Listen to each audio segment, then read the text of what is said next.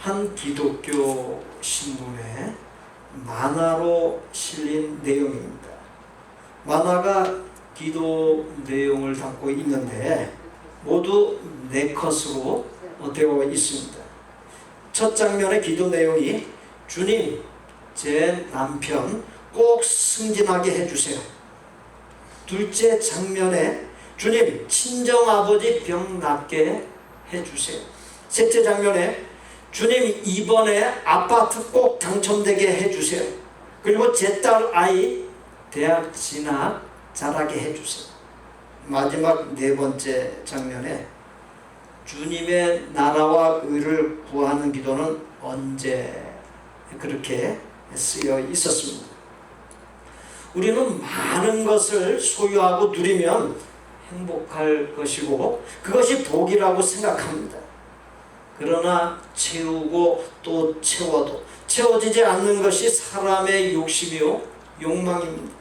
그러므로 진정한 행복은 얼마나 소유하느냐에 있는 것이 아니라 얼마나 만족하느냐에 달려 있습니다. 즉 소유의 정도가 아니라 만족의 정도의 행복이 있다는 것입니다. 가진 것이 별로 없어 가난해도 심령에 늘 하나님께서 주신 평안이 있고 만족이 있으면 그 사람이 부자요 행복한 사람입니다. 반면 가진 것이 많아도 늘 심령에 번뇌거리가 있고 만족이 없으면 그 사람은 가난한 사람이요 행복하지 못한 사람입니다. 건강이나 물질의 풍요 등 세상적 잘됨을 하나님께서 은혜로 주신 복이라고 생각하는 것은 옳은 것입니다만, 그러나 그 반대의 경우, 즉 질병과 가난 등 세상적으로 잘 되지 못함이 하나님의 복을 받지 못했기 때문이라고 단정하는 것은 잘못된 것입니다. 세상적 기준을 갖고서 복이 없는 사람이라고 함부로 평가해서는 안 된다는 것입니다. 아브라함이 고향을 떠날 때 나이 75세였습니다. 동행에 있던 사람들을 보면 자녀를 잉태하지 못하는 아내 사라, 부모가 없는 고아였던 조카 룻, 그리고 소수의 종들이 있었습니다. 일행 모두가 보잘것 없었습니다. 이스라엘 왕 사울이 통치할 때 다윗은 오랜 세월 도망자의 신세로 숨어 살아야 했습니다. 그때 다윗에게 모여든 사람들은 마음이 원통한 자, 환난 당한 자, 병든 자, 빚진 자, 세리, 창녀, 죄인들 등이었습니다. 그야말로 세상적으로 볼품없는 내세울 곳 없는 사람들이었습니다. 또 예수님을 따랐던 사람들 역시 가난한 서민들, 불치의 병과 고통 속에서 신음하며 소망 없이 죽어가던 사람들, 세리와 창녀와 죄인들 등 대부분이 사회에서 소외된 사람들이었습니다. 세상적 복이 기준이 될 때 그런 사람들을 복을 받지 못한 사람들로 평가를 합니다. 그런데 그와 같은 사람들이 복되다라고 할 수 있는 근거가 있습니다. 그들을 이끄는 아브라함, 다윗이 복의 통로요, 또 예수님이 복의 근원이요 통로였기 때문입니다. 세상에 이런저런 복들이 없다 하더라도 깨닫고 보면 최고 복의 근원이요 통로인 예수님을 모시어 멸망에 이를 죄, 지옥에 이를 죄에서 구원받고 믿음으로 살면서 하나님의 나라인 천국으로 나아가는 것이 복 중에 복, 가장 큰 복인 것을 유념하시기 바랍니다. 그렇기에 자녀들을 위해 기도할 때 고생하지 않고 평탄하게 해달라, 대성하게 해달라고 기도하기보다 어떻게든 하나님을 만나게 해달라, 하나님을 알게 해달라, 하나님을 모시고 사는 자가 되게 해달라, 예수님을 따라 살게 해달라 기도할 수 있기를 바랍니다. 왜 그렇습니까? 그것이 최고의 복이기 때문입니다. 그 최고의 복을 구하는 것이 우선이 되어야 하고, 이 세상에서 잘 되는 것은 그 다음이 되어야 합니다. 앞에 있어야 할 복이 없으면 뒤에 있어야 할 복이 의미가 없어집니다.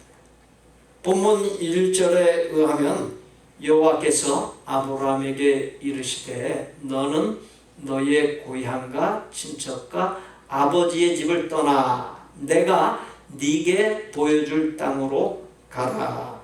고향과 친척과 아버지 집은 생존을 위한 터전입니다. 그 터전을 떠나라고 하는 것은 아브라함에게 청천벽력과 같은 말이었습니다. 하나님이 보여줄 땅이라 했는데 그곳이 어딘지 몰랐습니다. 그렇게 아브라함의 떠남은 일생에서 가장 힘들고 어려운 결단이었습니다. 지금은 외국으로 이민 가는 것이 그리 어렵지 않습니다. 그러나 아브라함이 살고 있었던 당시는 전혀 다릅니다. 지금으로부터 4000년 전입니다.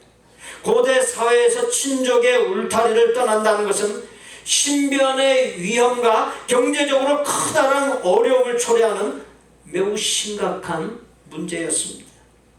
그렇게 피치 못할 사정이나 뚜렷한 이유가 없으면 감히 떠나지 않는 것이 상례였습니다. 전혀 알지 못하는 미지의 세계로 가는 것은 더더욱 말할 것도 없었습니다. 아브라함이 고향과 친척과 아버지의 집을 떠난다는 것은 그동안 누려왔던 안정적인 삶의 터전을 포기했음을 말해줍니다. 아브라함의 고향인 우르는 지금의 이라크 북쪽에 위치한 곳이며 유프라데스강과 티그리스강이 교차하는 중동에서 가장 비옥한 땅으로 세계 4대 문명 중 하나인 메소포타미아 문명이 발상한 곳입니다. 상업과 공업과 농업이 발달하여 아브라함 당시에 25만여 명이 살던 매우 거대한 문명 도시였습니다. 아브라함은 하나님의 선택과 부르심을 받고 고향 땅 갈대아 우르를 떠나 하란에 머물러 75세까지 살았고, 아버지 테라가 죽은 해였던 75세에 하나님께서 지시하신 가나안 땅으로 갔습니다. 그 땅이 어디에 있는지 어떻게 생겨 먹었는지 전혀 알지 못했습니다. 갈대아 우르에서 하나님께서 지시하신 땅인 가나안까지 서쪽으로 약 1200km의 거리입니다. 그런데 갈대아 우르와 가나안 사이에 아라비아 사막이 있어 바로 가나안 땅으로 가지 못했습니다. 그래서 아브라함은 북서쪽으로 약 1000km 정도 올라가 정착하게 되는데 그곳이 하란입니다. 하란에서 가나안까지는 500km입니다. 하란은 우르에서 멀리 떨어졌지만 우르와 같은 문화권 지역입니다. 갈대아 우르는 가나안 땅에 들어가기 전 정착하게 된 하란과 함께 우상이 가득한 도시였습니다. 하나님께서 아브라함에게 떠나라 하시면 아브라함을 우상을 섬기는 문화, 죄악된 문화, 사망의 문화에서 분리시켜, 즉 구별하여 하나님께 온전히 속하게 하기 위함이요, 인류 구원의 역사를 이룰 존재로 그를 훈련시키고 준비시키기 위함입니다. 인도네시아에서 사역 중에 있는 이용규 선교사의 아내가 자신들의 부모님이 재정적인 능력이 없는 것에 대해 감사하게 되었다라고 말했습니다. 그 이유를 물었더니 부모님이 재정적인 능력이 없었기에 오직 하나님으로부터 오는 도우심만을 기다릴 수 있게 되었기 때문이다 라고 답변했습니다. 여러분은 부모님의 도움을 받지 못한 것에 대해 감사한 적이 있으십니까? 인간의 여러 본능 중에 하나가 집착입니다. 집착. 자기 자신과 자기 가족에게 집착하고, 자기 집에 집착하고, 자기가 태어난 고향과 살던 지역에 집착하고, 자기 민족에게 집착하는 본능이 있습니다. 떠나라고 하는 것은 그 모든 집착에서 떠나라고 하는 것입니다. 아브라함은 하나님의 명령에 순종하여 떠났습니다. 아브라함뿐만 아니라 히브리서 11장에 나오는 믿음의 조상 모두가 고향을 떠난 사람들이었습니다. 하나님께서 아브라함을 떠나게 하신 이유는 복 있는 땅, 복이 있는 땅을 찾아 그 땅의 거민들에게 붙어 살면서 복을 나눠 받고 살라고 한 것이 아닙니다. 아브라함이 가서 그 어떤 땅이든지 받는 모든 곳마다 아브라함이 복이 되라고 아브라함을 떠나게 하시고 부르신 것입니다. 하나님께서 나를 미국 땅에 보내신 것도 아메리칸 드림이 아니라 나를 아브라함처럼 복의 통로로 사용하기 위함입니다. 미국과 유럽의 경우 교인 수가 계속 줄어들고 있습니다. 대신에 아시아와 남미와 아프리카에서 하나님을 믿는 이민자들이 들어오면서 교회의 성도 수가 유지되고 있습니다. 하나님께서 이민자들을 이곳 미국 땅에 이르게 하신 이유가 이 땅의 새로운 영적인 필요를 채우게 하기 위해서라는 것이, 가나안 땅, 하나님께서 예비해 주신 가나안 땅은 본래 풍요로운 땅이 아닙니다. 건조한 지역으로 하늘에서 내리는 비에 의존하며 살아야 하는 땅입니다. 하나님께서 그런 땅을 젖과 꿀이 흐르는 땅이라고 묘사를 했습니다. 그 이유는 하나님을 의지하지 않고는 살 수 없는 땅이기 때문인 것입니다. 아브라함과 롯의 목자들이 물이 부족하니 갈등을 일으켰습니다. 아브라함은 롯에게 먼저 땅을 정하라 했습니다. 롯은 소돔과 고모라 땅을 보니 죄악이 만연한 땅인데도 그것을 무시하고 물이 풍부한 것만 보고, 그 땅이 기름진 것만 보고 그 땅을 선택했습니다. 물과 기름진 땅이 선택 기준이었습니다. 여러분의 선택의 기준이 무엇입니까? 풍요롭게 살기 좋은 곳입니까? 롯은 살아남기 위해 그 땅 사람들의 비위를 맞추어서 타협하면서 살았습니다. 그러나 죄악이 극에 달해 결국 하나님께서 그 땅을 심판하셨습니다. 결국 롯은 잘못된 선택의 기준 때문에 복을 받지 못했습니다. 아브라함은 가나안 땅으로 들어갔습니다. 하나님께서 복을 주시겠다고 했지만 쉬운 일만 있었던 것이 아닙니다. 어려움들이 있었습니다.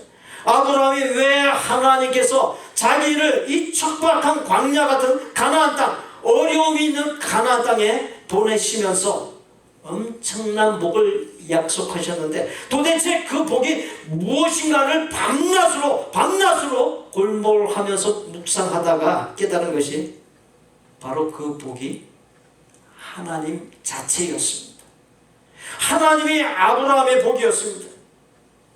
하나님께서 이 자리에 성도님들을 이 땅에 부르신 이유가 있습니다. 또 하나의 아브라함을 찾기 위함입니다. 또 하나의 아브라함을 세우기 위함입니다. 최고의 복이요 복의 근원이 하나님인 것을 깨닫고 그 하나님을 모시고 살면서 받은 복을 흘러 보내기 위해서 우리를 이곳 미국 땅에 불렀다는 것입니다. 하나님께서 그것을 위해 나로 하여금 조국을 떠나 이곳에 오게 하신 것입니다. 그런데 롯처럼 하나님과 멀어져 가고 있는 이 땅의 사람들, 복에서 멀어져 가고 있는 이 땅의 사람들에게서 복을 나누어 받으려고 하고 있지 않습니까? 정작 최고의 복이요 복의 근원이 하나님을 잊어버리는 삶을 살고 있지 아니한지를 돌아볼 수 있기를 바랍니다. 아브라함은 믿음의 조상이요 복의 근원이요 통로입니다.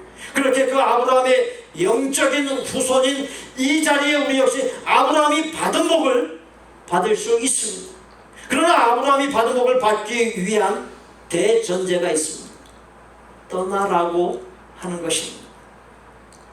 아브라함더러 떠나라 지시하신 하나님의 명령을 이 자리에 나에게 적용하면 하나님 없는 삶에서 떠나 하나님과 함께하는 삶을 살라는 것입니다.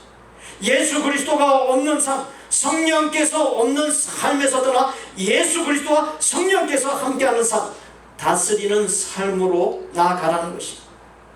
하나님을 믿기 전에 살았던 그 모든 육적인 세상적인 삶의 방식에서 떠나 예수님을 따르는 방식의 삶을 살라고 하는 것입니다.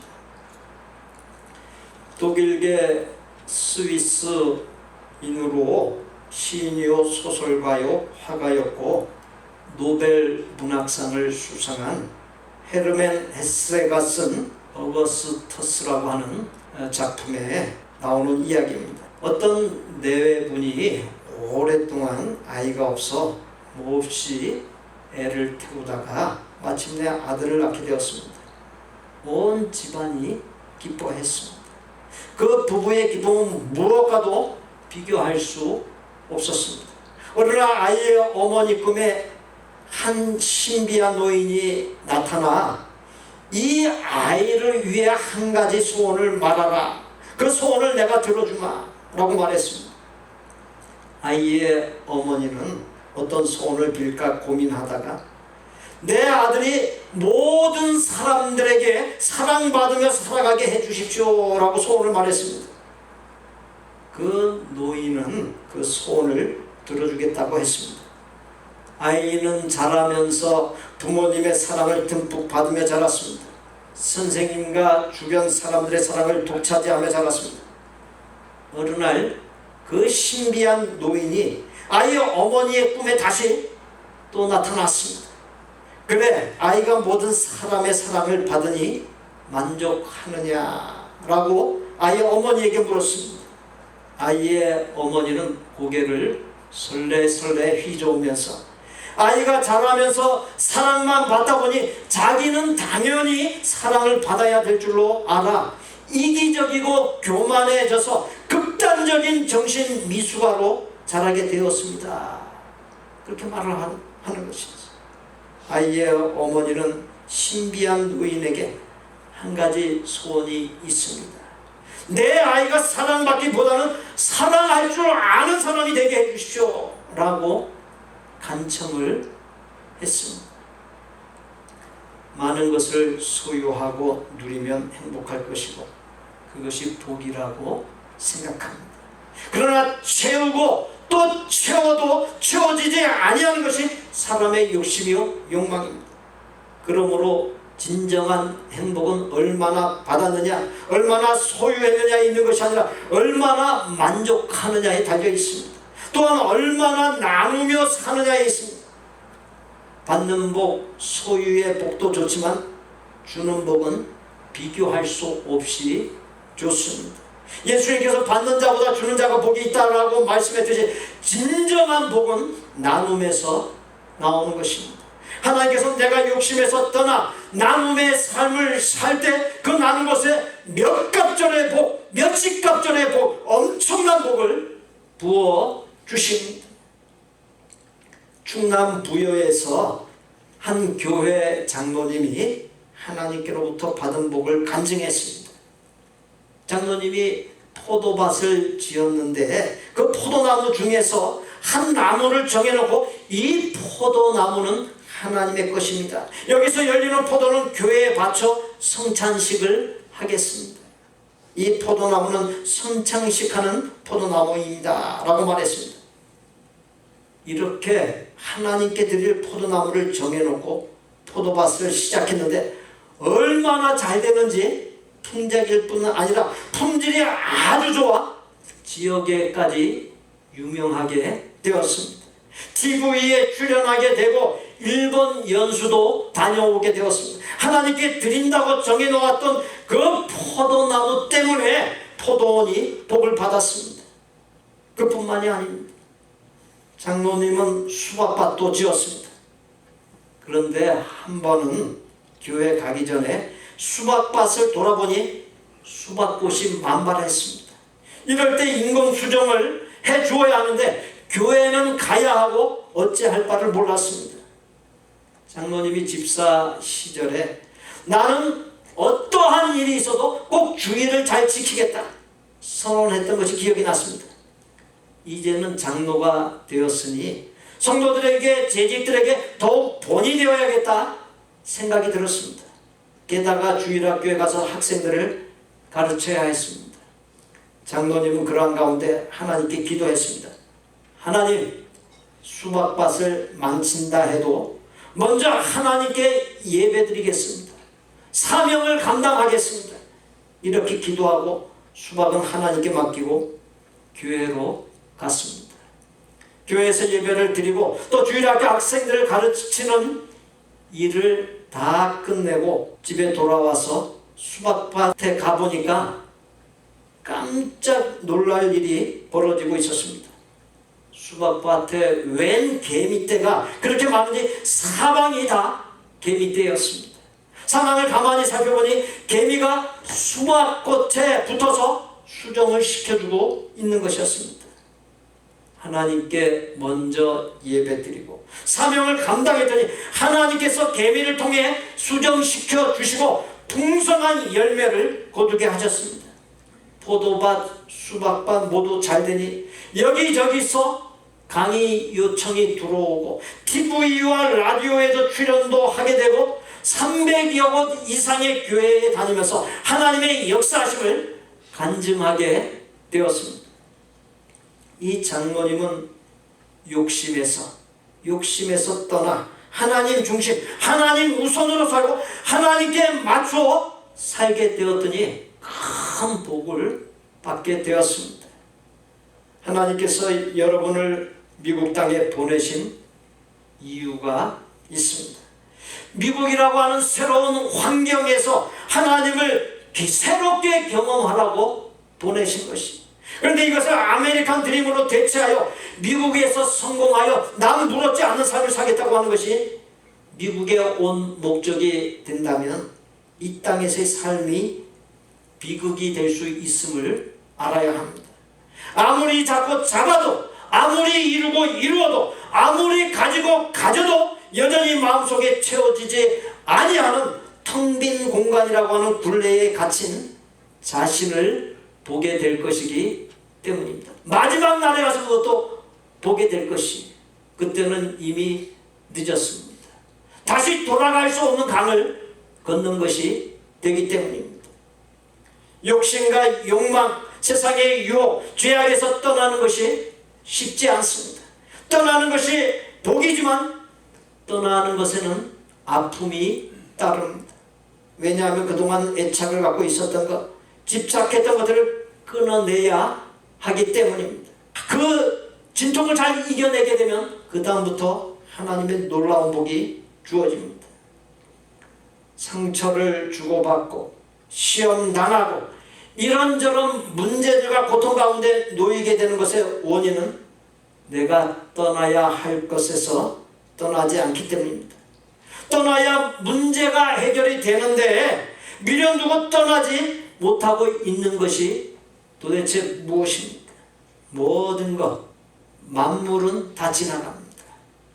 지나가는 것에 집착할 때 고통이 생겨납니다. 삶의 모든 문제 해결의 역사가 하나님 기뻐하시지 않는 것들, 지나가는 것들, 부질없는 것들에서 떠나는데 있다는 사실을 유념하시기 바랍니다. 한국 기독교 장로회 교단의 대표적인 목회자 중 한 사람으로서 별세 신학을 말했던 고 이중표 목사가 한 고백입니다. 사람이 병들면 사람, 물질, 명예, 소유도 떠난다. 애인도 떠나고 심지어 가족도 떠난다. 병든 목사에게는 교인도 떠난다. 다 떠나게 된다. 저들이 떠나는 것을 내 눈으로 보면 병든 인간의 비참함을 슬퍼하고 절망하게 된다. 그러나 자기가 먼저 떠나면 떠남의 신비를 체험하게 된다. 나는 병상에서 사람들을 거절했다. 그리고 혼자 떠나는 별세를 체험하기로 했다. 혼자 천국으로 향하여 예수님과 그 길을 걷기로 했다라고 했습니다. 참으로 결연한 고백이지 않습니까? 아브라함은 고향 땅 친척 아버지 집에서 떠났고 자식을 낳기 전 유일한 피부치였던 조카 롯을 떠나보냈고 아내 사라의 몸종이었던 하갈 사이에서 86세에 낳은 아들 이스마엘을 떠나보냈습니다. 또한 출산이 불가능한 나이인 100세의 아내 사라와의 사이에서 얻은 아들 이삭, 자신의 생명보다 더 소중한 어린 아들을 떠나보내야만 하는 상황까지 맞닥뜨렸습니다. 아브라함이 모리아 산에서 아들 이삭을 제물로 바쳐 그를 떠나보내려는 마지막 순간에 하나님께서 그 찰나에 개입하셨습니다. 아브라함이 떠나고 떠나보내는 삶의 굵직한 고비들을 통과하자 수많은 후손을 주시는 결과가 있었습니다. 그렇습니다. 떠나고 버리면 잃어버릴 것 같지만 오히려 얻게 하되 풍성하게 얻게 해주시고 상상을 초월하는 결과에 이르게 해주십니다. 하나님께서는 떠나라고 하는 명령에 순종하는 사람을 하나님을 경외하는 자로 인정해 주십니다. 말할 수 없는 복을 내려주시며 하나님의 뜻을 이룰 자로 쓰십니다. 구약 성경은 다윗이 충성된 장수인 우리아의 아내 밧세바를 아주 극악한 방법으로 강탈한 엄청난 범죄에도 불구하고 그 다윗에 대하여 하나님 앞에서 온전히 행했던 사람으로 기록을 하고 있습니다.